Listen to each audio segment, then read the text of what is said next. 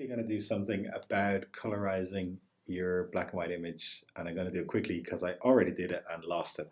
So let's go through this. At the moment, I've got the retouched photo that I did here, and I'm going to build up a couple of layers on top and add color to this image as it goes. So first thing first, I'm going to say layer, new, and layer, and I'm going to call this layer coat. I'm going to use my paintbrush. I'm going to choose a color, just give them a nice green coat, and I'm going to paint all over this coat. It's going to look bad, and it's not going to get much better, but really this isn't about trying to make a convincing looking coat for him. This is about blend modes and layers, and once we have that in place, we can talk about this. So I'm just going to, with the magic of time lapse, I'm going to finish this now, okay?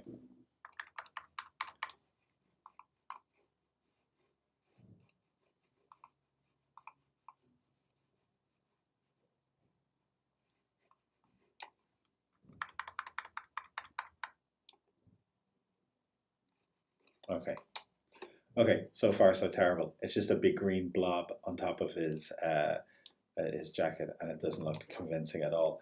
So at the moment, this is in what's called a normal blend mode, and you can see normal is there. And what I'm going to change this blend mode, and it's going to affect how this layer here goes and affects the one below it. So I'm going to change it to overlay. And what it does, instead of a solid green block, it becomes a transparent green block. But really what it's doing is it's taking the dark areas and the light areas of the coat and changing the intensity of the green. If I change that back to normal and just bring the opacity down, make it more transparent, it's not the same. It's just the green becomes more transparent, but it's not interacting with the layer below it the way this is. Okay, so now that I've done that, I can get my eraser and I can just get rid of those bits where I went over the edge, didn't stay within my lines. And if I decide, actually, you know what, I missed a bit, I can go back to my paintbrush and I can make the brush a little smaller and just get this bit here. Okay. So then I got to make a new layer. I can say layer, new layer, or Shift Command N, or down here, I can make a new layer here. I'm going to call this hair. And then I'm going to quickly paint in his hair. I'm going to choose brown, and I'm not going to wait till the end. I'm just going to change its blend mode to overlay now, and let's just paint it in. Now you can see where I paint over white areas, there's very little color.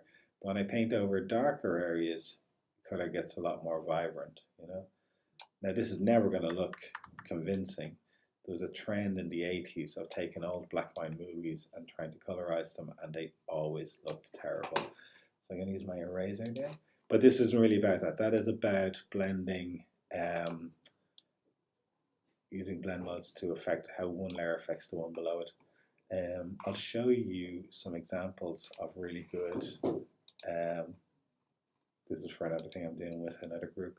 I'm going to show you colorized historical photos. And you can see there, that's brilliant. That's just a lot of layers of painting in colors and blending them together and then making them overlays for what's below.